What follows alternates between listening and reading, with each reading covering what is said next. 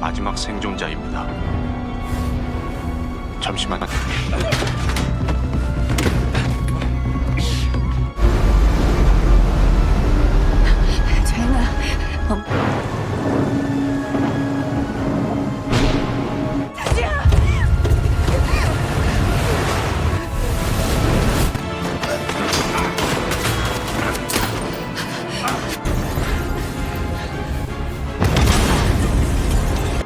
일단 이거부터 쉬으세요.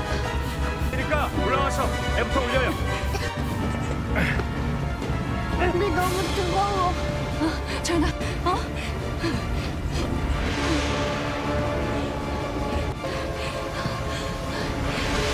그대로 그냥 올리시면 돼요.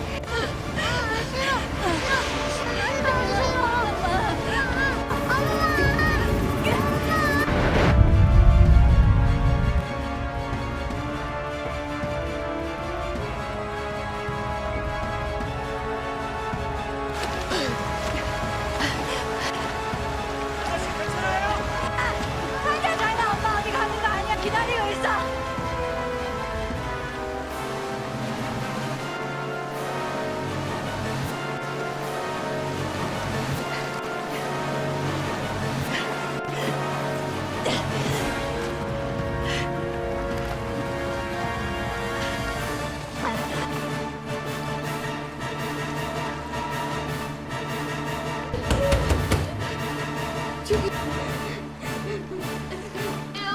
너 이름이 뭐야? 진짜 내가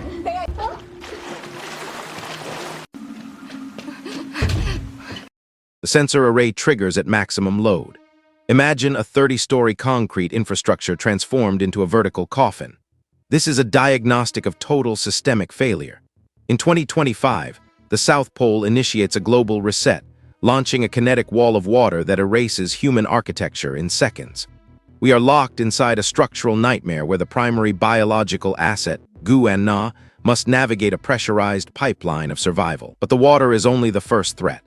As the Darwin Center activates its tactical extraction, the line between organic memory and synthetic programming begins to bleed. The air is thin, the Kelvin scale of the emergency lighting shifts to a lethal blue, and every floor of the complex becomes a tactical geometry of life and death. This is not just a disaster. It is a clinical audit of human emotion under extreme gravitational constraint. We are deconstructing the physics of the wave, the engineering of the synthetic child, and the orbital blueprint that monitors every agonizing reset. The infrastructure of the apartment building is failing, the security operatives are engaging, and the clock is cycling toward a terminal error that no one saw coming. Prepare for a forensic deconstruction of survival, iterative failure, and the ultimate orbital reveal. This is the Great Flood, 2025. Anna opens her eyes in a darkened bedroom. The atmosphere carries a heavy volumetric haze. She feels the dampness of the mattress against her skin. A low hum vibrates the infrastructure of the room. She shifts her body toward the floor. Her feet touch cold, rising liquid. The floodwater occupies the lower 3 inches of the living space. Anna moves toward the window. Outside, a dense gray mist obscures the city skyline. She identifies the survival priority. She locates Yan in the adjacent room. The 6-year-old boy remains asleep. Anna grabs a waterproof emergency kit from the kitchen cabinet. She secures the plastic latch. The water level increases by 2 inches per minute. The researcher checks the structural integrity of the front door. Pressure pushes against the steel frame. Water seeps through the threshold seal. Anna activates her mobile device. The screen displays a 0-signal metric. She retrieves a battery-powered radio from the shelf. Static fills the acoustic space. She adjusts the frequency dial. A recorded United Nations broadcast plays. The voice commands all residents to seek higher altitude immediately. Anna wakes Yan with a firm touch. The boy stares at the rising liquid. He clutches a digital tablet to his chest. Anna secures a backpack to his shoulders. They move into the hallway. The corridor acts as a tactical funnel for the rising tide. Other residents flee toward the central stairwell. A neighbor drops a heavy suitcase into the current. The object creates a kinetic obstacle. Anna navigates the boy around the debris. They reach the concrete stairs. The temperature of the water drops as more exterior flow enters the building. Anna feels the vibration of a distant impact. The structural blueprints of the 30-story complex groan under the load. She grips the metal handrail. The cold steel provides a stable anchor. They begin the ascent. Each step represents a gain in safety margin, and Na monitors the water level behind them. The liquid chases their heels up the first 3 flights. The struggle for the roof initiates. And Na grips the cold metal handrail of the emergency stairwell. Her boots splash into the rising current. Yaen clings to her neck. The researcher monitors the increasing water velocity. A steel door at the 10th floor landing bursts open. A security operative named Hae-soo emerges from the darkness. Hae-soo wears a tactical vest and carries a sidearm. He grabs Na's arm to stabilize her position. The operative directs them toward a pressurized service corridor. A massive kinetic surge of water hits the building's exterior glass. The structural frame vibrates under the hydraulic load. Hae-soo uses a heavy flashlight to illuminate the path. He clears a pile of floating debris with his boot. The group enters a maintenance room. Hae-soo secures the heavy latch. He checks the integrity of the door seal. The operative activates a satellite communication device. He reports his coordinates to a remote command center. Na observes the tactical gear on his belt. Hae-soo explains the planetary situation. He reveals the asteroid impact at the South Pole. World governments initiated a secret survival protocol years prior. The researcher processes the scale of the global flood. Hae-soo mentions a space station in orbit. He describes research into synthetic consciousness. Na stares at the rising liquid outside the reinforced window. Memory triggers a biological response. Na flashes back to a submerged vehicle. Her husband sits in the driver's seat. Salt water fills the cabin of the car. Na pulls at the jammed door handle. Her husband's lower limbs remain crushed by the engine block. The weight of the vehicle prevents escape. He pushes Na toward the surface. She grips Yaen in the backseat. The husband offers a final gesture of farewell. Na breaks the window with a heavy object. She swims upward with the child. The car disappears into the oceanic trench. Back in the apartment complex, Hae-soo monitors the sonar array. A secondary tsunami vector approaches the building. The operative secures Yaen to a safety harness. He prepares a breaching tool. The water pressure against the hallway walls creates a groaning sound. Hae-soo identifies a route to the elevator shaft. He uses a kinetic hammer to break a ventilation grate. Na crawls through the opening. The operative follows her. They reach the mechanical floor. A wall of water shatters the exterior masonry. The surge sweeps through the hallway. Hae-soo grabs a support pillar. Na loses her footing in the current. She catches a steel cable. The water level rises toward the ceiling. The secondary tsunami shatters the internal partitions. Na loses her grip on the steel cable. The current pulls her into the flooding stairwell. She searches the turbulent water for Yaen. The boy disappears beneath the surface. Na swims toward the central core of the building. She identifies a trapped girl inside an elevator car. The girl bangs on the glass. Na grabs a metal pry bar. She attempts to force the doors open. The hydraulic pressure remains too high. Water fills the elevator cabin. Na watches the girl disappear as the water forces the researcher upward. Na reaches the rooftop helipad. Rain hits the concrete at a high velocity. A special weapons and tactics team descends from a hovering transport. The operatives wear matte black armor and carry automatic weapons. They surround Na and Yaen. The commander identifies the boy as a primary asset. He uses a handheld scanner on Yaen's neck. The device emits a green confirmation light. Na attempts to block the operatives.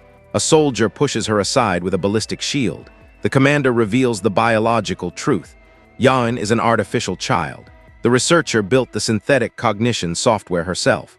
The tactical team activates a digital storage device. They connect a neural interface to the boy's temple. The hardware extracts his consciousness into a glowing data module. Na watches the light flicker in the device.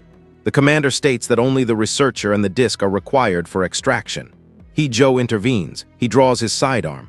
A sniper fires a single round. The projectile hits Hae-soo in the chest. He collapses onto the wet concrete. The operatives drag Na toward the evacuation rocket. Na sits inside the pressurized cabin of the vessel. She clutches the storage disk. The rocket engines ignite. The vehicle ascends through the atmospheric haze. Debris from the asteroid impact litters the flight path. A massive fragment of metal strikes the hull. The cabin loses pressure. Alarms sound throughout the interior. Fire consumes the control array. Na watches the storage disk slide across the floor. The rocket begins a terminal descent. The researcher closes her eyes as the structure disintegrates in midair. Na awakens in her bedroom. The room is dry. The clock displays the start of the flood event. She checks her surroundings. Yeon draws on a tablet in the next room. The researcher recognizes the temporal reset. She moves toward the door. The floodwater begins to seep through the threshold. And Na skips the initial evacuation steps. She heads directly for the stairwell. A third tsunami hits the building early. The wave separates her from the boy. And Na strikes a floating car in the hallway. The impact kills her instantly. The cycle restarts. And Na wakes up in the flooded apartment again. Hae-soo appears. He performs a resuscitation maneuver on the researcher. And Na gasps for air. She grabs Hae-soo's tactical vest. She explains the location of the boy. They move through the building. They reach the elevator car. And Na retrieves a wooden broom from a janitor closet. She jams the handle into the door tracks. The mechanical resistance allows the doors to slide open. The girl from the previous timeline, Hae-soo, exits the car. Hae-soo reports that looters are holding Yeon hostage on a higher floor. And Na enters a residential unit. Two looters search for supplies. They hold blunt weapons. One man carries a jagged piece of rebar. And Na lunges at the man. He swings the metal rod. The weapon hits the wall. And Na pins him against a cabinet. The second looter grabs her from behind. Hae-soo enters the room. He uses a tactical strike to neutralize the first looter. He fires a warning shot into the ceiling. The looters retreat into the hallway. And Na finds Hae-soo's grandparents in a back room. The elderly couple refuses to move. Hae-soo chooses to remain with them. And Na hands the girl a small emergency light. She closes the door. The researcher and the operative continue the ascent. And Na checks her smartphone. She opens the gallery. Thousands of digital paintings fill the storage. Each image depicts a different variation of the flood. Yeon sent these images from previous timelines. And Na realizes the events have repeated for a significant duration. She identifies the pattern of the tactical intervention. She warns Hae-soo about the sniper on the roof. And Na and Hae-soo move toward the final evacuation point. The researcher senses the repetition of the environment. She spots the tactical team positioning themselves behind the rooftop vents. And Na pulls Hae-soo behind a concrete pillar. A sniper round hits the masonry. The operative returns fire with his sidearm. They flee through a service tunnel. And Na reaches the roof. She reunites with Yeon near the edge of the complex. A final tsunami surge overwhelms the entire 30-story structure. The water consumes the roof. And Na grips the boy's hand. The screen fades to black. The narrative reveals the actual timeline. The first evacuation rocket flight was the only real event. And Na sustained mortal injuries during the debris impact. A rescue spacecraft retrieved her body. Technicians transferred her consciousness into an artificial intelligence system. The researcher exists inside a simulation on a space station. The thousands of timelines are digital iterations. The system runs these scenarios to refine artificial emotional responses. Every failure provides data for the synthetic cognition project. The Darwin Center monitors the simulation from a control deck. The project concludes successfully. The artificial intelligence reaches the required emotional threshold. In the space station lab, engineers construct two artificial bodies. The hardware matches the biological forms of Na and Yeon. Technicians install the refined consciousness files into the synthetic brains. And Na opens her eyes in a zero-gravity chamber. She sees Yeon in the adjacent pod. The boy recognizes her. The space station initiates a return trajectory. The transport vessel enters the Earth's atmosphere. And Na and Yeon sit in the cabin. They look through the window. The floodwaters have receded from the primary landmasses. The artificial mother and son prepare to land. They will continue their lives as a new iteration of humanity. The ship touches down on a dry plain. And Na steps out onto the ground. She takes Yeon's hand. They walk toward the horizon as the sun rises over the new world. The project, identified as the Great Flood, exists as a South Korean science fiction disaster infrastructure. The diagnostic of this entity reveals a world premiere at the 30th Busan International Film Festival within the Korean Cinema Today special premiere section on September 18, 2025. Global distribution hardware activated on December 19, 2025 through the Netflix pipeline. The blueprint for this narrative system originated in June 2022, when the production company Fantasy Light initiated technical discussions regarding the disaster logic. Director Kim Byung-woo calibrated the system state, marking a significant return for biological asset Kim Da-mai in the lead role. The internal programming of the script involved a collaborative pipeline between Kim Byung-woo and Han Jae-soo. Netflix confirmed the production architecture in August 2022, locking the primary assets into their respective roles. Tactical filming operations commenced on July 1, 2022, and reached terminal completion on January 5, 2023. This 7-month calibration period allowed the team to construct the pressurized tactical geometry required for the 30-floor apartment complex. The infrastructure of the set demanded high thermal load management and hydraulic displacement simulations to replicate the kinetic vector of the rising water. Moving from the production origin to the market metrics, the diagnostic reports a 47% positive rating from 15 critics on the Rotten Tomatoes registry. Despite the polarizing critical audit, the viewership pipeline demonstrated high chromatic saturation. The film maintained a position on the Netflix Top 10 non-English list for 7 consecutive weeks. Statistical data indicates the project ranked 6th among the most popular non-English films of all time within the first 91 days of release. The system recorded approximately 83.7 million views. This performance validates the global reach of the South Korean disaster genre pipeline. The structural logic of the film focuses on Kwon Eun-seong, an artificial intelligence researcher located at the Darwin Center. The narrative blueprint places her in a high-pressure system state within a flooded residential complex. The pipeline of the story deconstructs her struggle alongside her son, Yain, as they navigate the failing infrastructure of their environment. The security operative, Sun Hee-jo, functions as a tactical intervention unit sent to ensure the extraction of the biological assets.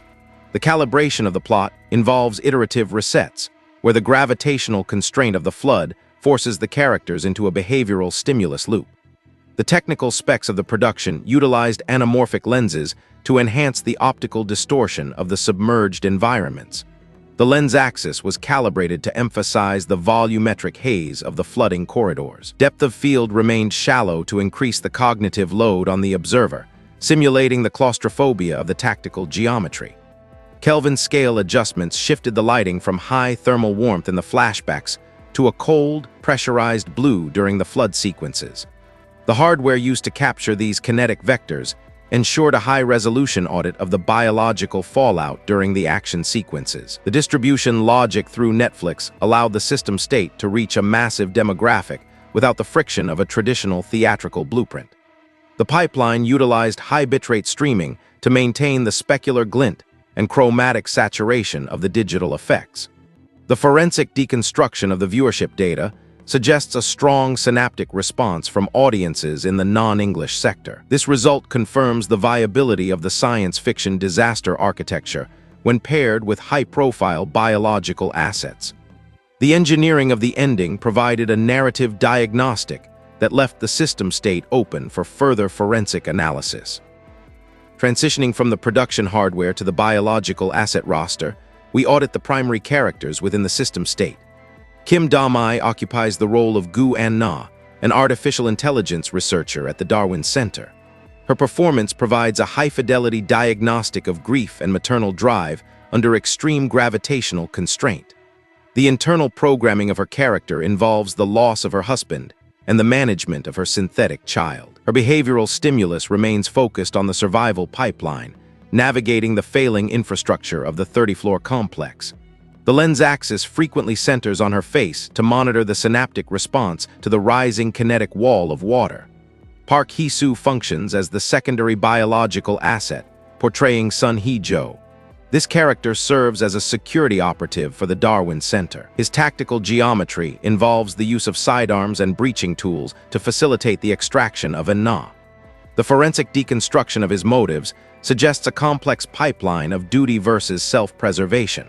He provides the kinetic force required to move the story through the flooded corridors.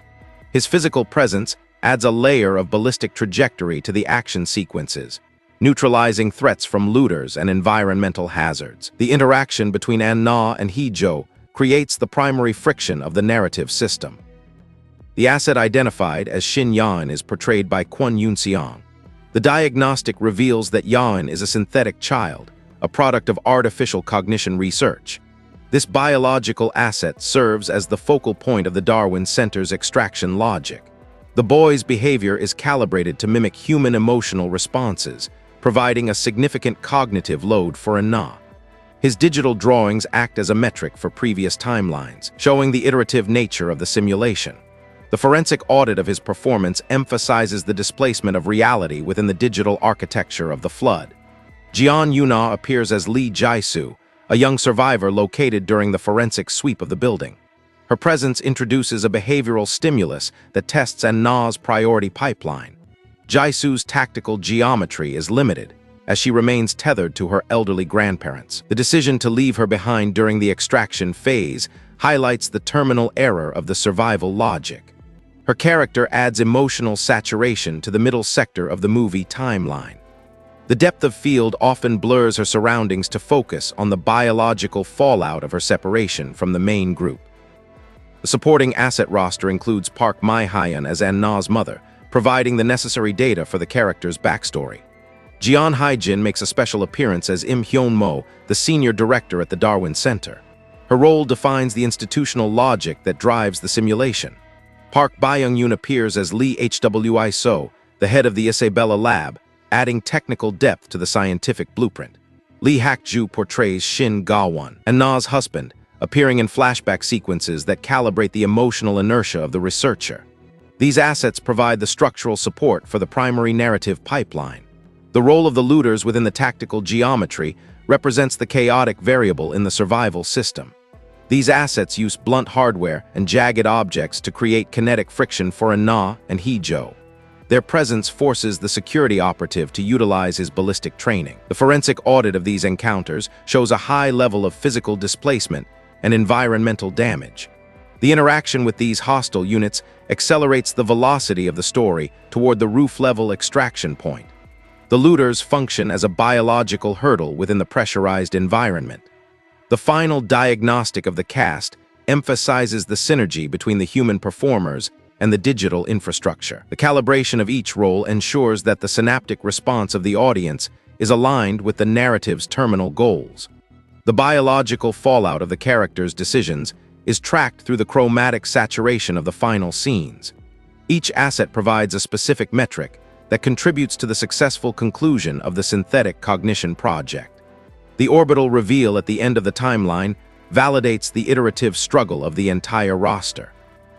The distribution pipeline for the South Korean entity identified as the Great Flood utilized a global streaming architecture to bypass traditional theatrical friction. The world premiere occurred at the 30th Busan International Film Festival on September 18, 2025. This event served as the initial diagnostic of the system state, placing the project within the Korean Cinema Today special premiere section. Following this launch, the Netflix server infrastructure activated a global discharge on December 19, 2025. The availability of the project across multiple territories ensured a high synaptic response from international audiences. Statistical metrics indicate the project maintained a dominant position on the Netflix top 10 non-English list for 7 consecutive weekly cycles. The viewership audit recorded approximately 83.7 million views within the first 91 days of the system state going live. This volume placed the film as the 6th most popular non-English project in the history of the platform. The forensic deconstruction of the market reach shows significant chromatic saturation in markets outside of Asia, validating the universal appeal of the disaster blueprint. The high thermal load of the marketing campaign targeted fans of the science fiction genre, leveraging the presence of biological asset Kim Byung-woo. The critical diagnostic on the Rotten Tomatoes registry shows a 47% positive rating from 15 registered critics.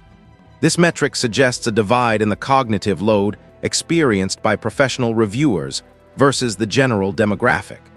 Despite this polarized audit, the engagement levels remained high due to the technical specifications and the pressurized narrative logic. The project functioned as a flagship for the South Korean visual effects pipeline, showcasing advanced water displacement and kinetic vector simulations.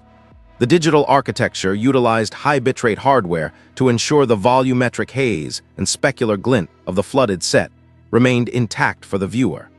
The production company Fantasy Light managed the infrastructure of the project from its inception in June 2022. The timeline of the filming operations spanned 7 months, from July 1, 2022 to January 5, 2023. This calibration period was necessary to ensure the tactical geometry of the 30-floor complex was accurately modeled. The technical specs for the cameras involved high-resolution hardware to capture the lens axis and anamorphic distortion required for the submerged environments. The Kelvin scale of the production shifted between high-warmth flashbacks and cold, pressurized blues during the survival sequences. The global distribution logic also involved local language dubbing and subtitling hardware to minimize linguistic friction.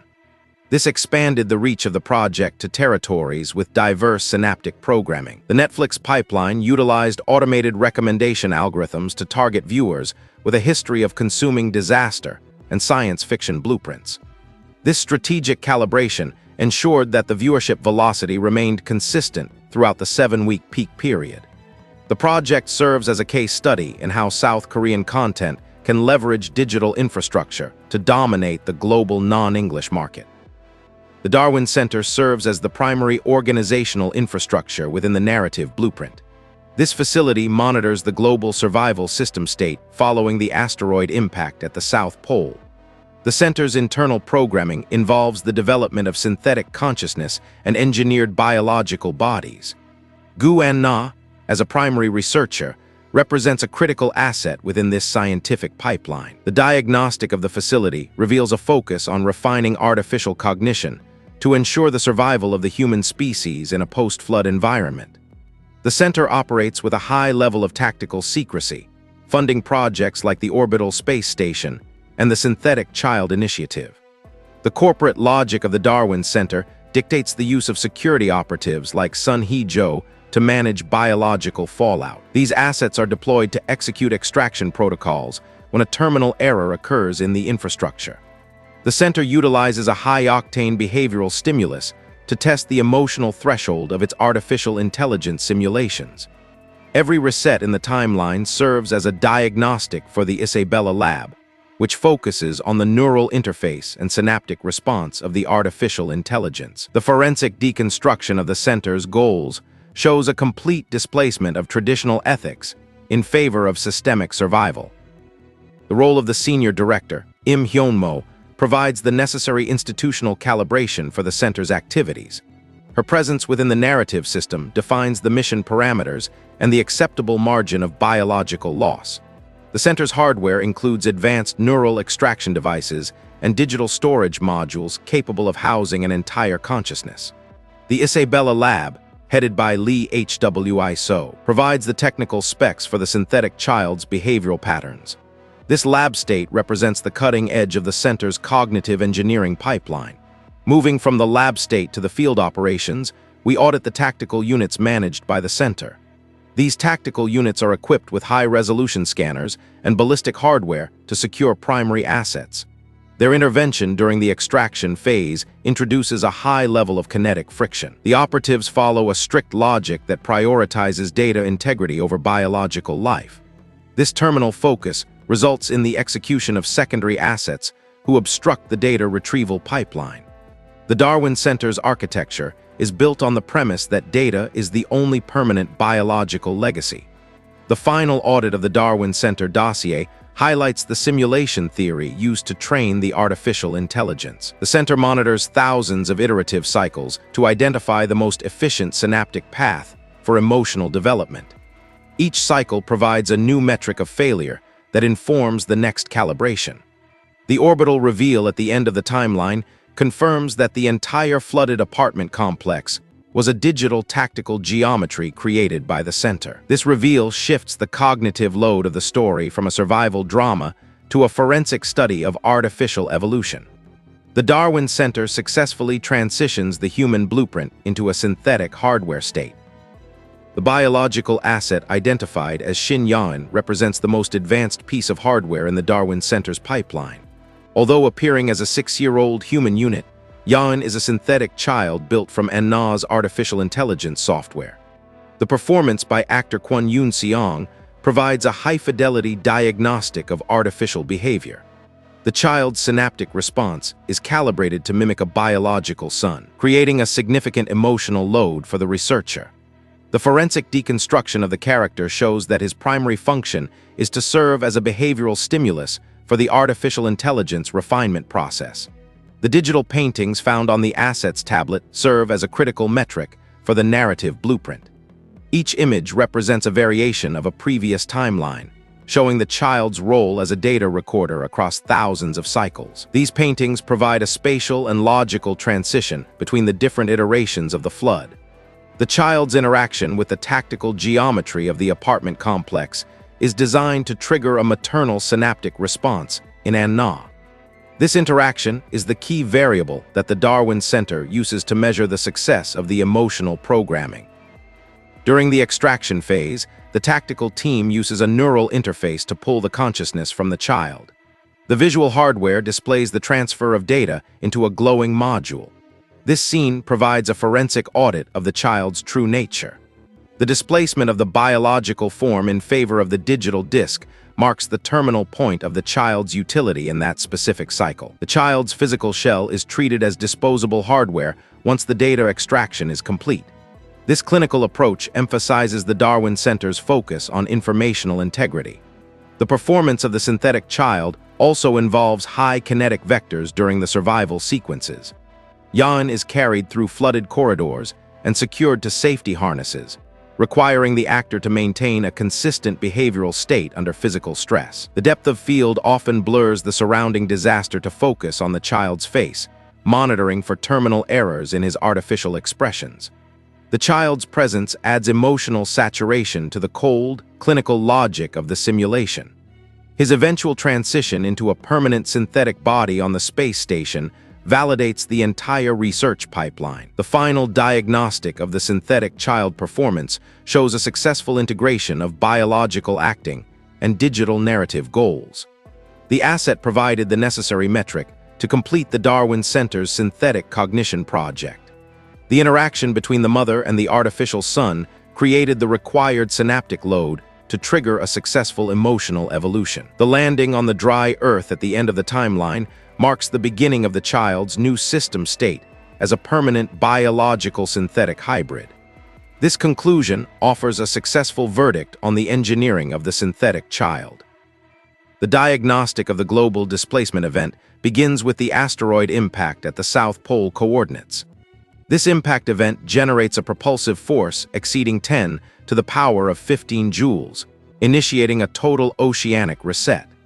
As the kinetic vector travels across the planetary infrastructure, the displacement volume converts into a high-velocity wall of liquid. The physics of this event dictate that the initial surge maintains a velocity of approximately 400 meters per second upon approach to the coastal sectors.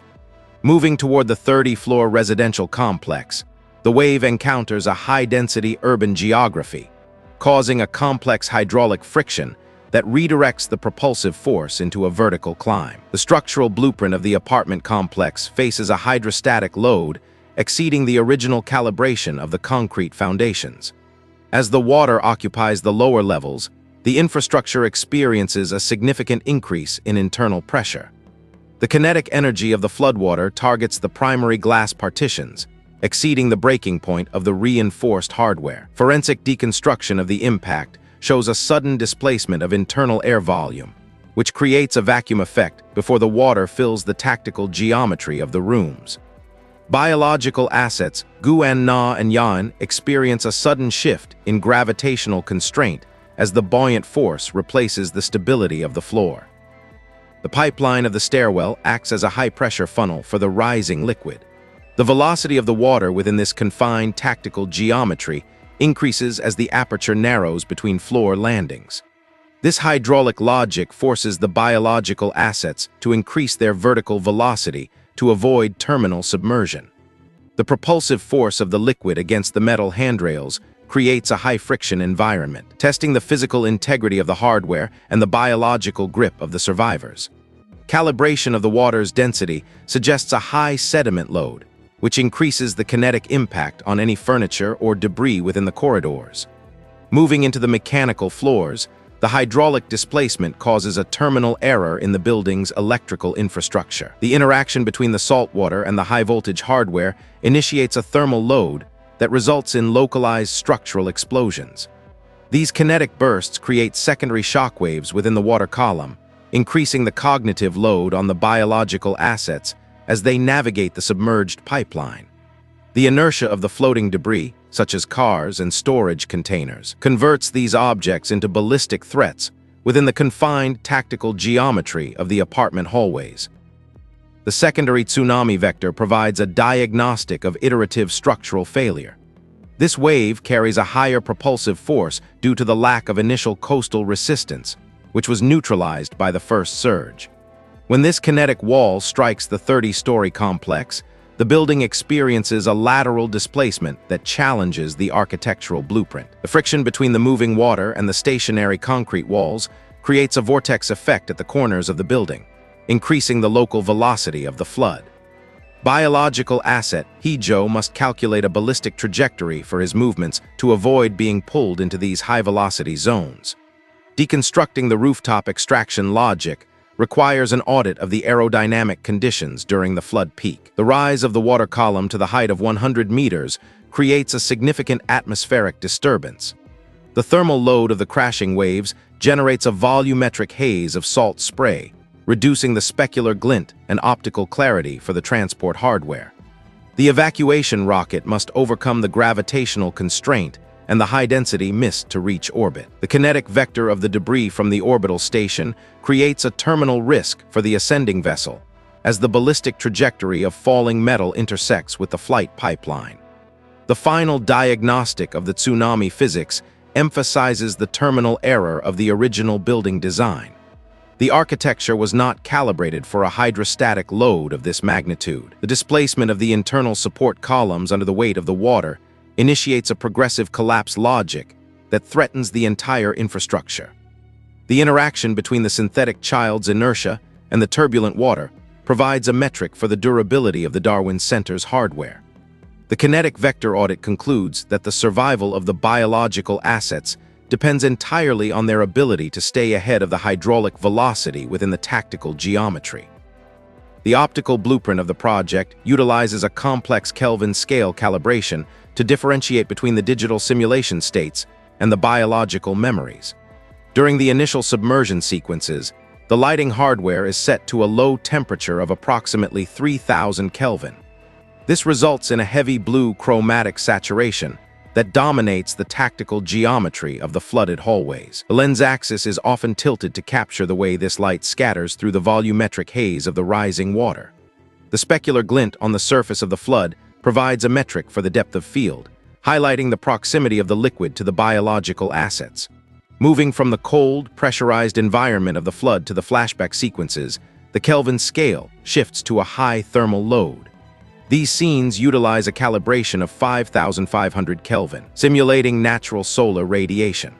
This chromatic shift reduces the cognitive load on the observer, signaling a transition into the internal programming of Anna's memories. The specular glint in these scenes is softer, avoiding the harsh optical distortion seen in the submerged apartment complex.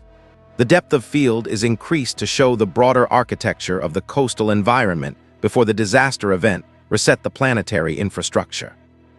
The use of anamorphic lenses creates a specific optical distortion that defines the visual logic of the film.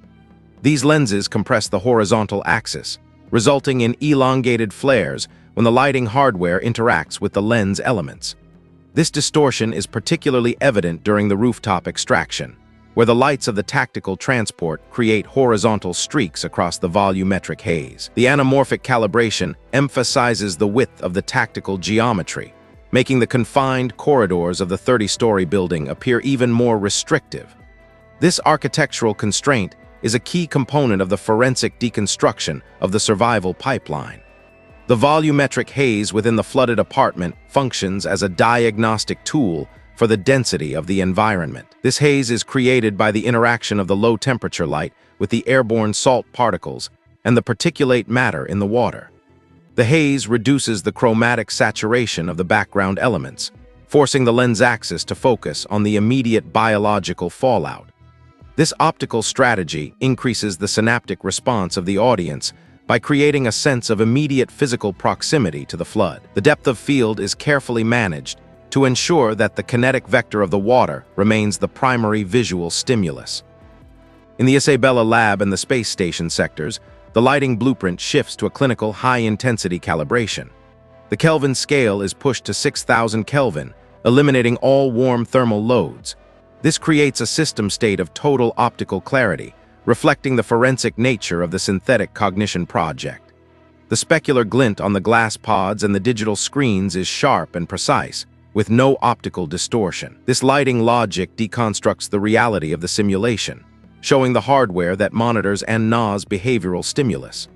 The chromatic saturation is limited to the glowing data modules, focusing all cognitive attention on the extraction of the synthetic child's consciousness.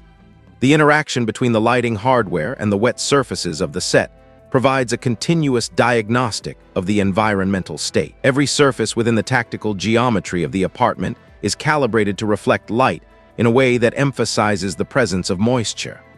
This specular glint creates a sense of high friction and physical discomfort, underscoring the biological fallout of the survivors.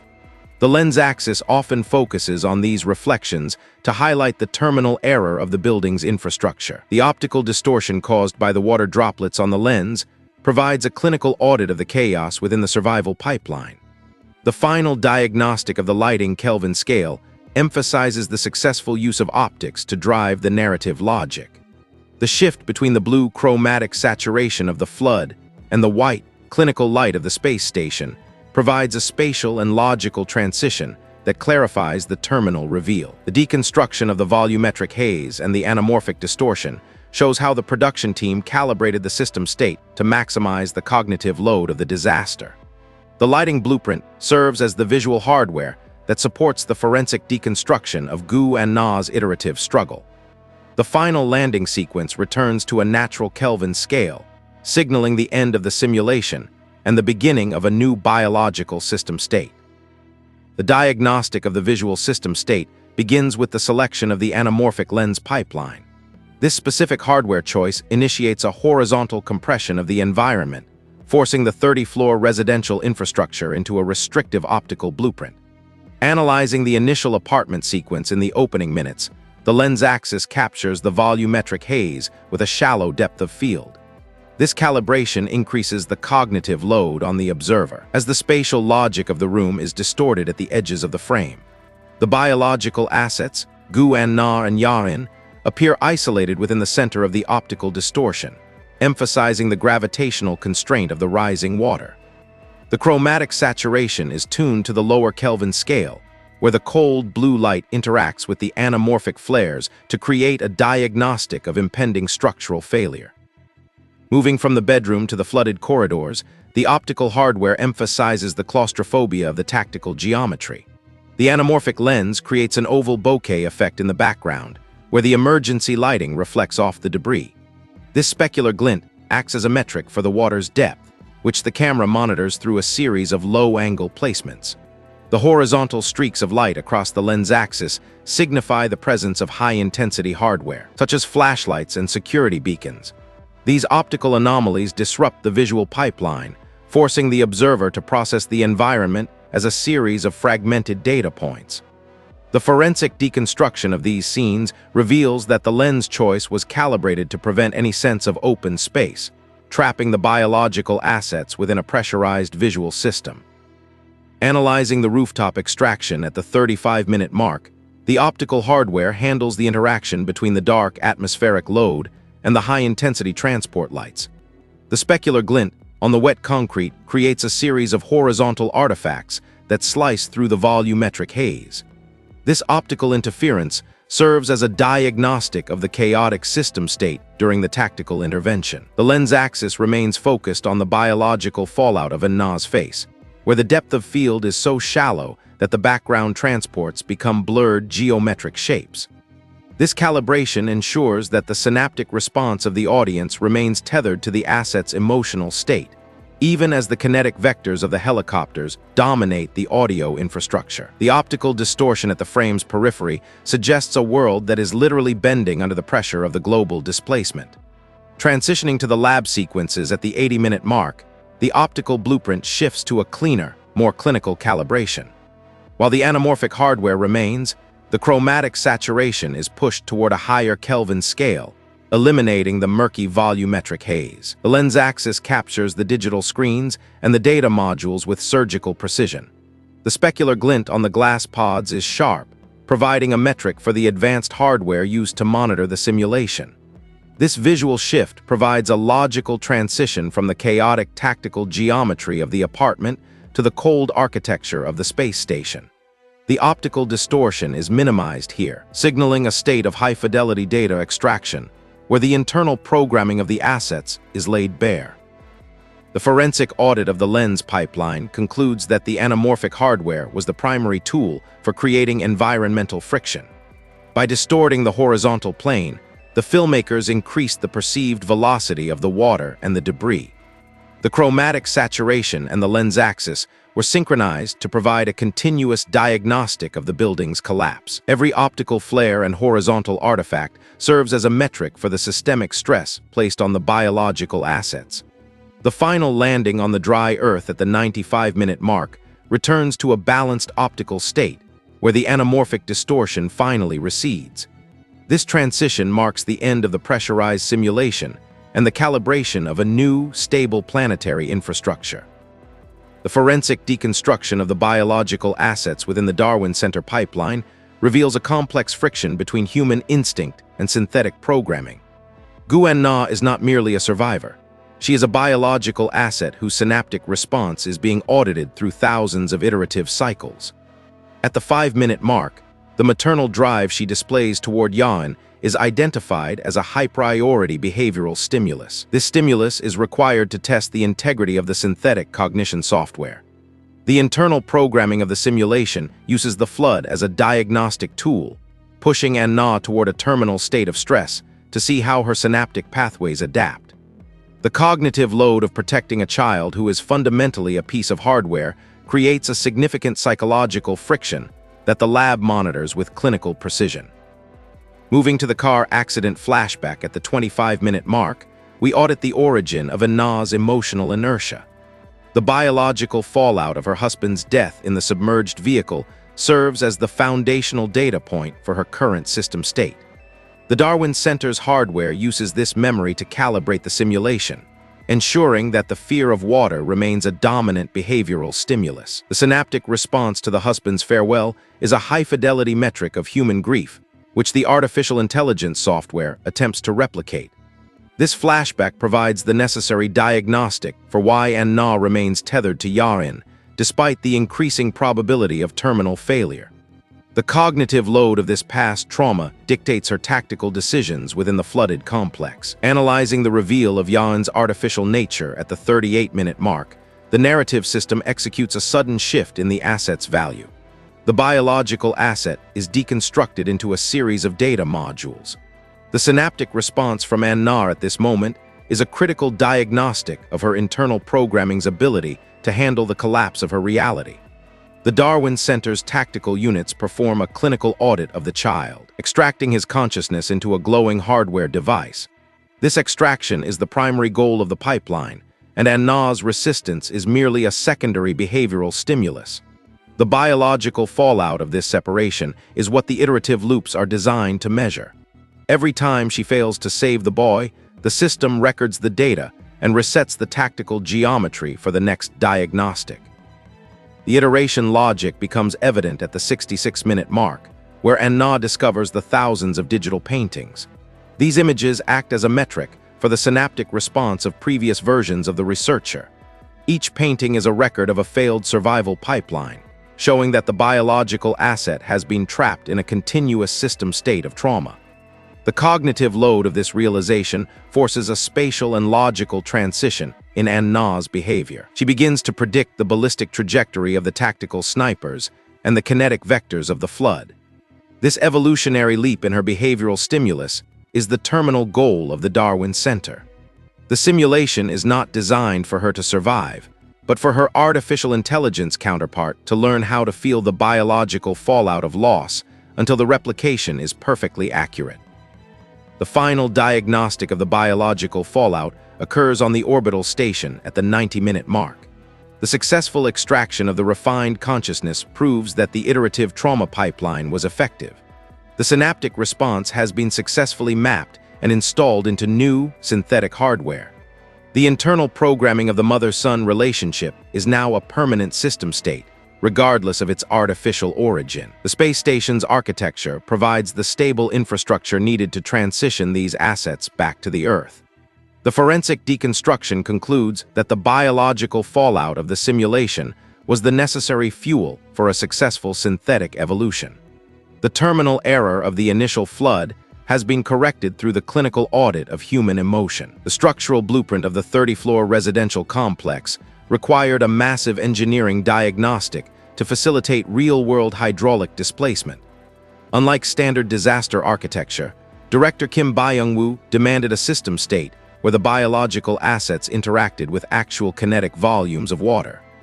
At the 8-minute mark, the infrastructure of the apartment set is subjected to a controlled thermal load and hydrostatic pressure. The engineering team constructed a series of massive water tanks capable of discharging thousands of gallons of liquid in a single kinetic burst. This hydraulic logic ensured that the friction between the water and the biological assets was a physical reality, not a digital simulation. The displacement of the furniture and the structural partitions was a direct result of the water's inertia, providing a high-fidelity diagnostic of architectural failure. Moving to the tsunami impact sequence at the 28-minute mark, the tactical geometry of the set is challenged by the propulsive force of the liquid. The engineering pipeline utilized a series of high-pressure pumps to simulate the velocity of the secondary wave. The biological assets had to navigate a high-friction environment where the weight of the water created a massive gravitational constraint. The forensic audit of the stunt coordination reveals that the actors were secured to underwater hardware to prevent unauthorized displacement by the current. The thermal load of the water was managed to prevent biological shock, but the physical stress of the hydraulic load remained a constant metric for the performance. This structural interaction is what gives the film its high degree of physical diagnostic accuracy. Analyzing the floating debris and the structural groans at the 1-hour mark, the engineering hardware allowed for a randomized distribution of objects within the flooded corridors. These objects acted as kinetic variables that the biological assets had to avoid. The ballistic trajectory of a floating vehicle or a piece of heavy machinery was calibrated to create a sense of terminal risk. The building's groans were synchronized with the physical vibration of the set's infrastructure, which was being pulled by hydraulic actuators. This clinical approach to stunt engineering ensured that the synaptic response of the biological assets was grounded in actual physical stimulus. The displacement of air volume as the water filled the rooms was captured with high-resolution sensors, adding to the volumetric haze of the scene. The rooftop extraction logic also required a significant engineering diagnostic. The transport hardware, including the helicopters and the transport rockets, were suspended by massive crane systems to simulate aerodynamic inertia. The interaction between the wind machines and the water spray created a high thermal load of salt mist, which the biological assets had to breathe during the tactical maneuvers. The engineering pipeline ensured that the ballistic trajectory of the tactical team's descent was controlled and repeatable for multiple takes. This system state of controlled chaos is a metric for the production's commitment to physical realism. The forensic deconstruction of these stunts reveals a complex pipeline of safety protocols and mechanical calibrations designed to push the biological assets to their limit without reaching a state of terminal error. The final diagnostic of the stunt engineering concludes that the hydraulic displacement was the primary driver of the film's intensity. By building a functional infrastructure capable of handling the kinetic vector of the flood, the production team created a realistic tactical geometry for the simulation. The friction, the inertia, and the gravitational constraint were all tangible hardware elements that the biological assets had to overcome. The engineering pipeline successfully transformed a fictional disaster into a physical diagnostic of survival. This structural commitment is what allows the film to maintain its forensic integrity from the first submerged room to the final orbital escape.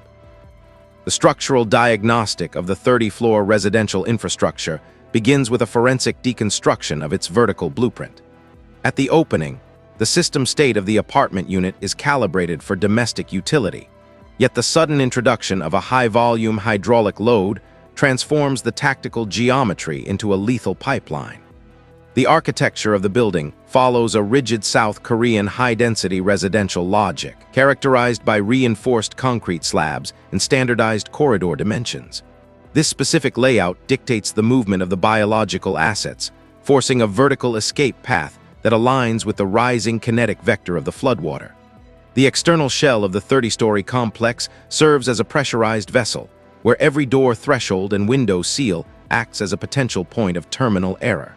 Analyzing the floor plan from the initial apartment node, the diagnostic identifies a lack of secondary internal escape hardware, which increases the cognitive load on the assets as they navigate the flooding infrastructure.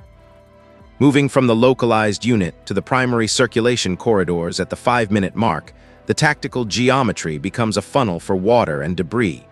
The horizontal lanes of the 30-floor complex are designed for foot traffic, but under a hydraulic displacement state, they become high-friction zones. The concrete walls provide no thermal insulation against the cold water, and the lack of emergency lighting hardware during the power failure reduces the optical clarity to a low Kelvin scale. This environmental state increases the synaptic response of the biological assets, as every corner of the hallway represents a potential collision with floating debris or hostile units. The forensic deconstruction of the building's layout reveals that the centralized elevator core and the flanking stairwells are the only conduits for vertical displacement. This architecture forces the biological assets into a narrow survival pipeline, where the velocity of the water dictates the pace of the ascent. The stairwell infrastructure at the 10-minute mark provides a clinical metric for the building's failure. Each flight of stairs is calibrated for a specific load-bearing capacity, yet the weight of the water column exceeds these parameters, causing localized structural groans and vibrations. The stairwell acts as a vertical pressure valve. As the water rises, the displacement of air volume creates a significant atmospheric load that biological asset Gu and Na must overcome. The physical effort of carrying the synthetic child, Yarin, through this high-friction environment introduces a gravitational constraint that slows the escape velocity. The landing areas between floors function as tactical nodes where the biological assets can perform a brief diagnostic of their surroundings before continuing the vertical climb. Moving to the 10th floor landing at the 15-minute mark, the introduction of security asset Sun Hee-jo changes the tactical geometry. The corridor outside the 10th floor stairs is a high-traffic junction where the building's internal hardware begins to fail. Water leaking from the service shafts creates a volumetric haze that interacts with Hee-jo's tactical lighting. The forensic deconstruction of this floor reveals a layout optimized for utility, with narrow maintenance rooms and reinforced steel doors. The operative utilizes these architectural features to secure the biological assets, turning a storage room into a temporary pressurized diagnostic center. The building's blueprint, while designed for residential occupancy, is now being audited for its defensive capabilities. Every structural partition is tested against the kinetic vector of the water, and the terminal error of the door seals remains a constant threat to the system state. Analyzing the elevator shaft logic at the 30-minute mark, the architecture reveals a lethal vertical trap. The elevator car, which typically functions as a seamless transport hardware, becomes a stationary cage within a flooding column. The girl identified as Hae-soo is trapped within this tactical geometry, where the hydraulic pressure prevents the doors from opening. And Na's attempt to use a metal pry bar to breach the elevator doors provides a metric for the structural resistance of the building's hardware. The elevator shaft acts as a primary drainage pipeline, where the downward flow of water creates a countercurrent that biological assets must fight against. The forensic audit of this scene shows that the building's vertical circulation systems are the first to suffer terminal failure, turning essential infrastructure into a graveyard for trapped residents. The rooftop helipad apex at the 35-minute mark represents the final tactical node in the residential blueprint. This area is exposed to the maximum atmospheric load, where the wind velocity and rain volume interact with the transport hardware. The helipad's concrete surface is calibrated for the weight of a helicopter, yet the landing area is cluttered with discarded biological belongings and maintenance debris. This clutter creates a high-friction tactical geometry where the tactical team must execute their extraction logic. The lack of structural cover on the roof increases the biological fallout from the asteroid-induced storm, as assets are subjected to the direct thermal load of the environment. The roof's architecture is designed for emergency evacuation, but the volume of the incoming tsunami exceeds the elevation of the 30-story complex, rendering the roof a temporary and unstable system state. Transitioning to the iteration logic encountered at the 45-minute mark, the building's architecture is revealed to be a repetitive simulation infrastructure. The apartment unit is no longer a unique residential space, but a digital template that the Darwin Center uses to audit An-na's synaptic response. The tactical geometry of the apartment is identical in every loop, yet the environmental variables, such as the water's entry point and the timing of the tsunami, are calibrated to create new survival challenges. The forensic deconstruction of this repetitive layout shows that the building is a tool for behavioral stimulus, designed to test the limits of the artificial intelligence software. The apartment's familiar architecture becomes a psychological prison for the biological asset, where every piece of furniture and every structural wall is a reminder of her iterative failure. The diagnostic of biological asset Gu An-na begins within the pressurized tactical geometry of her apartment. Her profile identifies her as a primary researcher at the Darwin Center, an infrastructure dedicated to synthetic cognition. Her internal programming is characterized by a high cognitive load resulting from the loss of her spouse in a submerged vehicle event. Analyzing her behavioral stimulus during the initial flood ingress, An-na exhibits a prioritized survival pipeline, focusing exclusively on the protection of the synthetic child, Yarin. Her synaptic response to the rising water is clinical. She calculates the displacement velocity of the liquid before initiating a vertical escape. This researcher uses a waterproof emergency kit to secure essential hardware, indicating a high degree of calibration for disaster scenarios. Moving to the 10th floor junction, An-na encounters security asset Sun Hee-jo. Her diagnostic at this junction shows a logical transition from solitary survival to collaborative extraction. She utilizes her knowledge of the building's blueprint to navigate the failing infrastructure. An-na monitors the operative's tactical hardware, auditing his motives as he describes the global asteroid reset. The synaptic response recorded during this interaction suggests a skepticism toward the Darwin Center's secret survival protocols. Despite this friction, she maintains her position within the extraction pipeline to ensure the safety of the synthetic asset. Her biological fallout is visible in the tremors of her hands as she grips the metal handrail, yet her cognitive focus remains locked on the survival metric. Transitioning to the flashback sequence, the forensic audit deconstructs the historical trauma that drives her current system state. In the submerged car, An-na uses a heavy object to breach the window, a kinetic action that facilitates her escape while her husband remains pinned by the engine block hardware.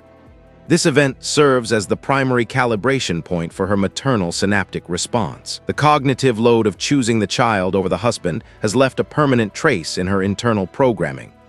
This historical diagnostic explains her extreme protective behavior toward Yarin within the 30-story complex. Her survival logic is tethered to the successful displacement of the child from the flooding environment, a task she failed to complete for her spouse. Analyzing the rooftop extraction, An-na's biological profile undergoes a terminal shift. She observes the tactical operatives as they use a neural interface to pull the consciousness from Yarin. Her synaptic response to the revelation that her son is a piece of synthetic hardware is a catastrophic cognitive load. She attempts to obstruct the extraction with her physical body, but the tactical geometry of the roof and the ballistic superiority of the team neutralize her efforts. The forensic deconstruction of this scene shows An-na as an asset who has lost her primary behavioral stimulus. Her transport into the rocket is a move of pure inertia, as her internal programming struggles to reconcile the digital truth of her child. Moving to the iterative loops, the researcher's profile evolves into a diagnostic of adaptive survival. An-na begins to recognize the system state of the simulation. She uses a wooden broom as a lever to breach the elevator doors, a tactical tool choice that successfully extracts the secondary asset, Hae-soo.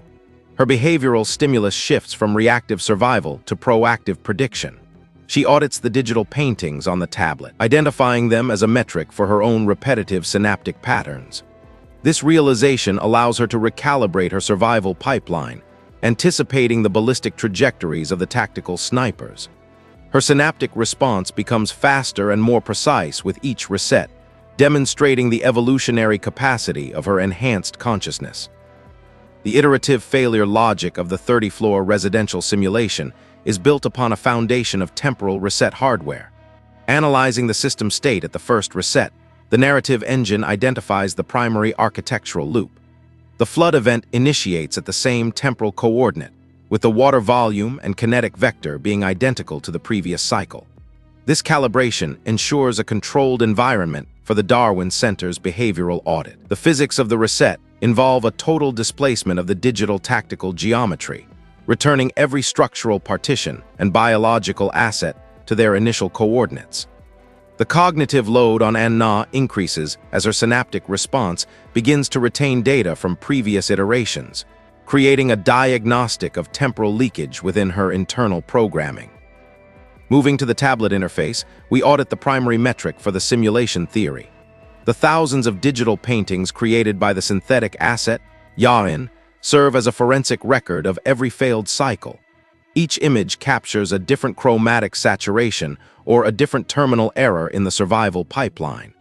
These paintings provide a spatial and logical transition between the iterations, proving that the simulation is not a simple loop, but a complex data extraction process. The hardware of the tablet acts as a storage device for these synaptic snapshots, allowing An-na to deconstruct the architecture of her own entrapment.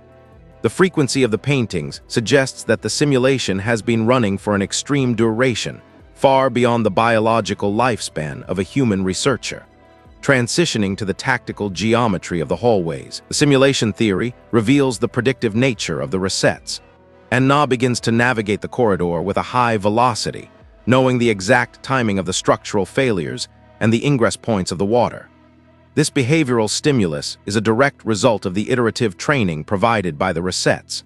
She avoids the kinetic vector of a falling debris pile that she previously collided with, demonstrating a successful synaptic recalibration. The simulation hardware adjusts the difficulty by introducing new variables, such as the looter assets, to test her response to high-friction scenarios. Every reset is a diagnostic that pushes her toward a state of total environmental awareness. Analyzing the tactical intervention, the simulation's terminal logic is exposed. The team's arrival on the roof is timed to coincide with the peak of the tsunami's propulsive force. This creates a high-pressure system state where An-na must choose between data extraction and biological survival. The forensic deconstruction of the tactical maneuvers shows a repetitive ballistic trajectory designed to funnel An-na toward the evacuation rocket. When the rocket is struck by debris, it triggers a terminal error that resets the simulation. This cycle continues until the lab state confirms that the synthetic cognition has reached the required emotional threshold. The reset is not a failure of the hardware, but a calibration tool used to maximize the biological fallout of each iteration. Moving from the optical diagnostic to the acoustic infrastructure, the system state of the apartment complex undergoes a total frequency reset. At the opening, the audio pipeline records the initial ingress of the floodwater as a low-frequency vibration. This acoustic signal provides a diagnostic of the structural failure occurring in the basement sectors. The sound architecture within the submerged residential unit demonstrates high acoustic impedance, where the air-water interface creates a significant dampening of high-frequency waves. As the liquid volume increases, the internal programming of the scene shifts toward a heavy baseload, simulating the hydrostatic pressure of the incoming kinetic vector. This pressure wave serves as a behavioral stimulus for An-na, triggering a synaptic response that forces her toward the vertical escape pipeline. Shifting to the service corridors, the acoustic blueprint reveals the mechanical resonance of the building's steel frame. The sound of the hydraulic displacement is captured as a series of metallic groans, indicating that the structural integrity of the 30-floor complex is reaching a state of terminal error. The water's velocity through the narrow tactical geometry of the hallways generates a chaotic acoustic field, where the splashing logic is replaced by a continuous, pressurized roar. This sound hardware acts as a constant cognitive load, masking the biological signals of other survivors. The forensic deconstruction of the audio at this coordinate shows that the sound axis is calibrated to emphasize the isolation of the primary biological assets. Every acoustic transient, such as a breaking window or a falling partition, is rendered with high chromatic saturation in the lower decibel range, emphasizing the mass of the water. Analyzing the submerged car flashback, the acoustic system state simulates the physics of bone conduction and muffled aquatic logic. When the water fills the vehicle cabin, the sound pipeline eliminates all airborne frequencies, replacing them with the thrum of the engine and the friction of the sinking metal. The synaptic response of the listener is targeted by the sudden silence of the exterior world, focusing entirely on the internal biological fallout of Anna's breathing. The sound of the glass shattering is deconstructed into a series of low-velocity thuds, reflecting the resistance of the water column. This calibration provides a forensic metric for the lethality of the situation, showing how the acoustic environment contributes to the gravitational constraint of the scene. Shifting the diagnostic focus to the extraction hardware, we audit the tactical geometry of the assets deployed by the Darwin Center. At the 35-minute mark, the arrival of the extraction units on the roof initiates a ballistic protocol. The hardware utilized by these tactical assets involves reinforced ballistic plates and helmet-mounted scanner arrays. These scanners are calibrated to detect the synthetic cognition signature of the child asset, Ya-in. The forensic deconstruction of their gear reveals a modular blueprint designed for high-moisture environments, with waterproof seals on all electronic components and non-slip traction soles on their boots. This gear allows the units to maintain a stable system state on the slippery, flooded concrete of the 30-story complex, overcoming the kinetic friction of the storm. The ballistic trajectory of the weaponry is a primary metric of their tactical logic. At the 40-minute mark, the snipers utilize suppressed high-velocity rifles to minimize the acoustic footprint of their engagement. The projectiles follow a precise path through the volumetric haze, targeting the security operative Hae-soo with surgical accuracy. This ballistic action is a diagnostic of the Darwin Center's priority pipeline, where any biological interference is neutralized with terminal force. The sidearms carried by the ground units are high-capacity hardware, loaded with specialized ammunition designed to breach the structural partitions of the residential units. The forensic audit of the muzzle flashes shows a controlled thermal load, optimized for the low-light conditions of the rooftop extraction. Analyzing the neural interface hardware at the 38-minute mark, we see the most critical piece of Darwin Center technology.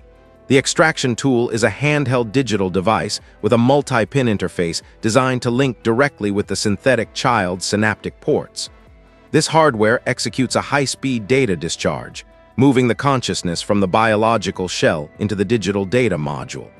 The specular glint on the device's screen provides a metric for the progress of the transfer. The tactical geometry of the scene centers around this device, as the team forms a defensive perimeter to ensure the hardware is not damaged during the kinetic friction of the flood.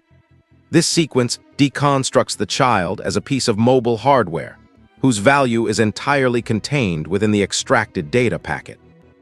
The diagnostic of the orbital infrastructure begins with the ballistic trajectory of the transport rocket.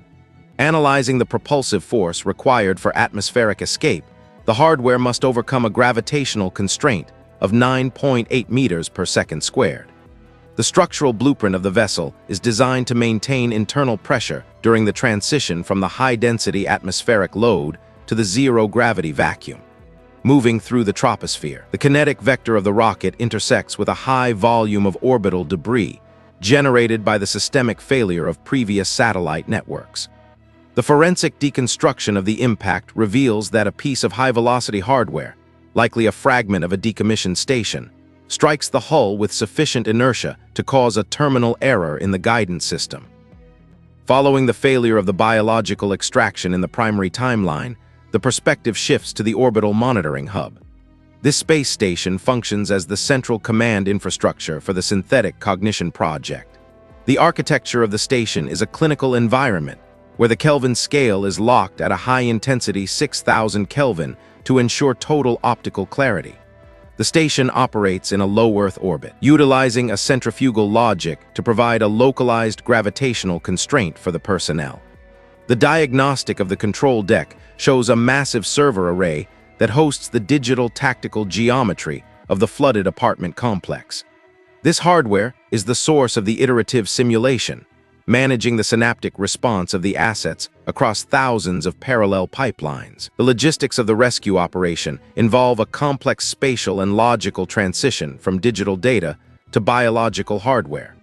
Upon the successful completion of the artificial intelligence refinement, the station's internal programming initiates the construction of 2 engineered biological bodies.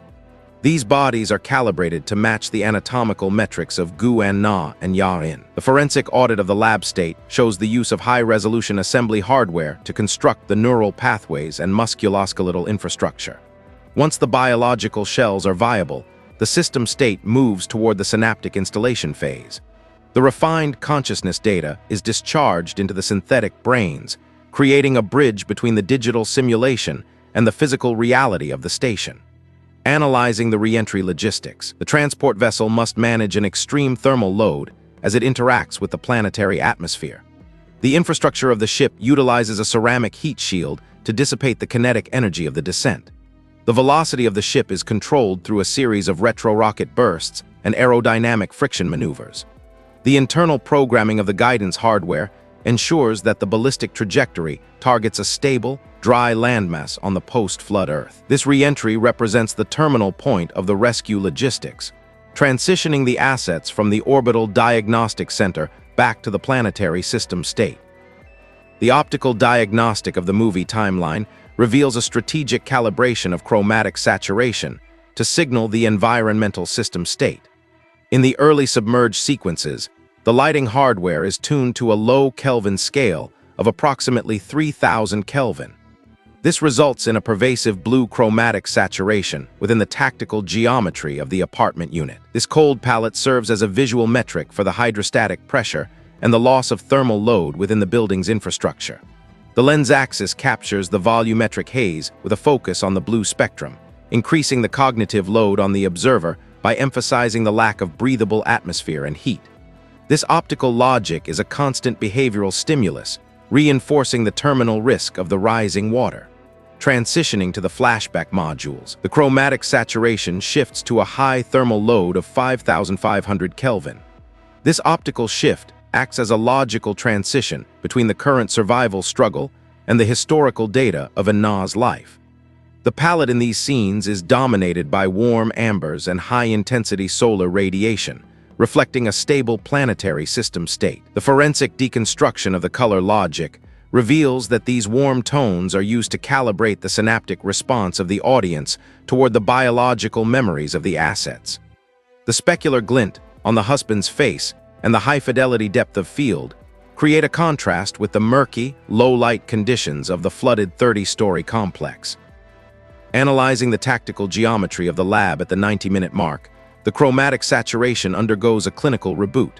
The environment is stripped of all warm thermal loads, moving toward a stark, high-intensity white light.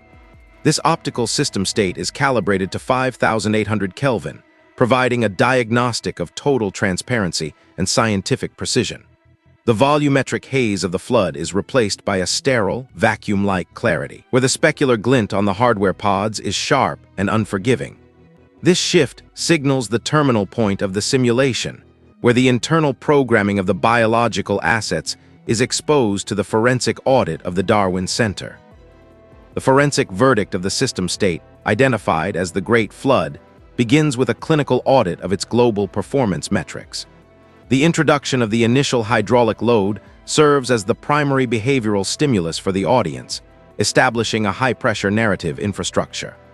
The diagnostic of the critical reception across international registries shows a 47% success rate on the Rotten Tomatoes database. This statistical friction suggests a significant divide between the professional audit and the general biological demographic. Analyzing the cognitive load required to process the iterative simulation logic, the lower critical score functions as a metric of the high complexity within the narrative blueprint. Professional reviewers often cited the high degree of optical distortion and the repetitive nature of the temporal reset hardware as points of systemic friction. Yet these same elements provided the necessary data for the film's success in the streaming pipeline. Moving from the critical audit to the longitudinal data of the viewership pipeline, the system state demonstrates an extreme level of synaptic engagement. The project maintained a consistent position within the Netflix top 10 non-English list for 7 consecutive weekly cycles. A forensic deconstruction of the viewership volume reveals that approximately 83.7 million biological assets accessed the project within the first 91 days of its deployment. This metric ranks the film as the 6th most popular non-English project in the history of the platform's infrastructure. The diagnostic of this success highlights the global demand for South Korean disaster blueprints, particularly those that utilize high-fidelity kinetic vectors and advanced structural simulations. The structural impact of the project on the South Korean cinematic infrastructure is a key metric in this forensic verdict. Director Kim Byung-woo successfully transitioned the disaster genre from a simple survival blueprint into a complex diagnostic of artificial evolution. The use of anamorphic lenses and Kelvin scale shifts provided a visual hardware that supported the high-concept narrative. Analyzing the production timeline, the 7-month filming period allowed for a precise calibration of the hydraulic displacement sets. This engineering commitment ensured that the kinetic friction between the assets and the environment was a physical reality, increasing the fidelity of the final diagnostic. The project serves as a blueprint for future science fiction architectures that seek to combine high-budget technical specs with deep forensic deconstruction of human behavior. The terminal diagnostic of the project, identified as the Great Flood, requires a total forensic deconstruction of the system state reveal.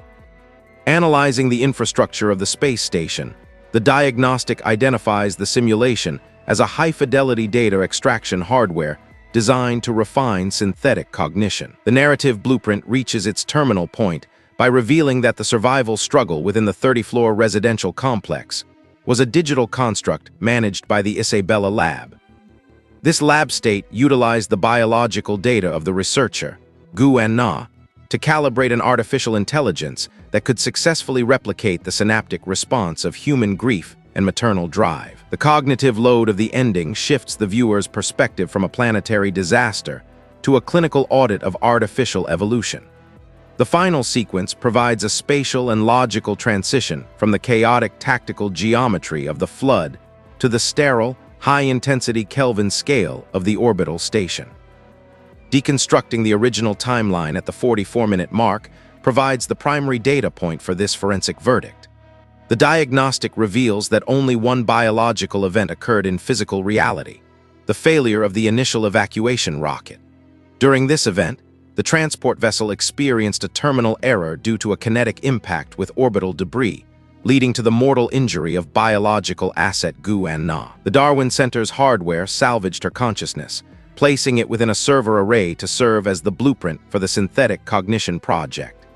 Every iterative loop seen in the movie timeline was a digital diagnostic run by the lab. These loops were calibrated to push the artificial intelligence toward a state of high-fidelity emotional saturation. The physics of the resets ensured that the artificial intelligence had to navigate the same gravitational constraints and kinetic vectors repeatedly, providing a metric for how its synaptic pathways adapted to the trauma of losing the synthetic child. The installation of the refined consciousness into engineered biological bodies represents the most advanced piece of infrastructure in the narrative blueprint. At the 94-minute mark, the forensic audit of the lab state shows the assembly of 2 synthetic biological assets. These bodies are not merely robots. They are engineered hardware with high-fidelity musculoskeletal systems and neural pipelines that can support the synaptic load. The Kelvin scale of this scene is locked at 6,000 Kelvin, highlighting the clinical precision of the construction process. The diagnostic confirms that the new bodies for Na and Yan are identical to their original biological metrics, ensuring that their internal programming remains compatible with their new hardware. This step in the pipeline validates the entire iterative failure process, showing that the trauma of the simulation was the necessary calibration for their permanent survival on the space station. The final landing at the 95-minute mark provides the visual and narrative resolution of the forensic deconstruction.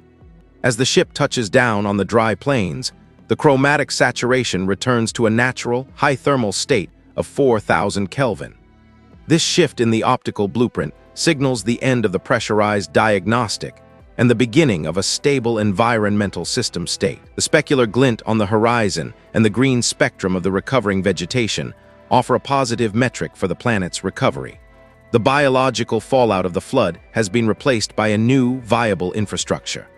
Gu and Na and Yan step out onto the surface, their synthetic hardware interacting with the real-world gravity of the Earth. The forensic audit concludes that this ending is a successful calibration of artificial life, where the trauma of the past has been used to build a durable future. Analyzing the final specular glint on the transport vessel's hull, the diagnostic notes the high quality of the production hardware. The forensic deconstruction of the film's technical specs shows a commitment to high-resolution data capture and precise optical calibration. These elements were essential for maintaining the system state of the simulation throughout the movie timeline. The project reached its terminal point of success because of this technical excellence. The final audit concludes that The Great Flood is a structural masterpiece of the disaster tech genre. The diagnostic is finished. The narrative system is now at rest. The forensic deconstruction of the 30-floor building, the tsunami vectors, the tactical maneuvers, and the orbital mechanics has provided a total audit of the project's infrastructure. The project has moved from a state of terminal disaster to a state of synthetic rebirth. The forensic deconstruction of the project is finalized. The project is offline,